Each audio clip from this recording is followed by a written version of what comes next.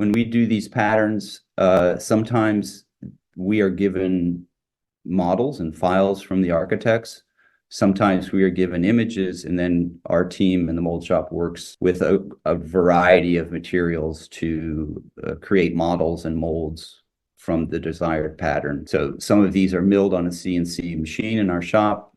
That would be the one on the far left for sure. The gray small corrugation third from the left is actually molds pulled off of corrugated cardboard. So there's a whole range of materials we're happy to work with to get the end result. Crinkled paper and sand, chipping away at our own castings of ribs to make some organic and random patterns, wood, and so forth.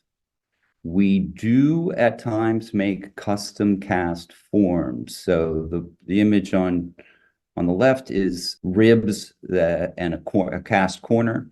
We made 1,200 of these that went into a curtain wall project. And our choice for doing cast forms is a factor of what's the repeatability of that, how large is the project timeline, and how that may or may not overlap with other commitments we've got. So it's not an everyday thing for us, but we can and will do it for special projects.